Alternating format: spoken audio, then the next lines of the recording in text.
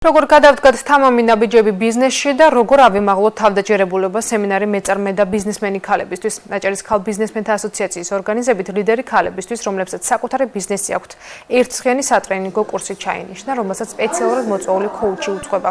კურსის ფარგლებში მსმენელები გაიზიარებენ წარმატებული ბიზნეს ლიდერების ისტორიებსა და გამოცდილებას და გაეცნობიან ეფექტური კომუნიკაციისა და თავდაჯერებული მოლაპარაკების ტექნიკებს.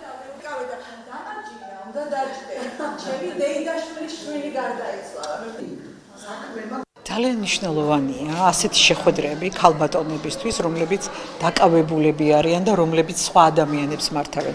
იმიტომ რომ მოგეხსენება, ნახე, არსებობს ასეთი სარკისებური ეფექტი.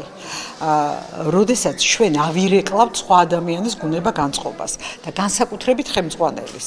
როგორ განწყობაზეც არის ხელმძღვანელი, ეს გადაეცემა ძალიან ხშირად ხელქვეითებს.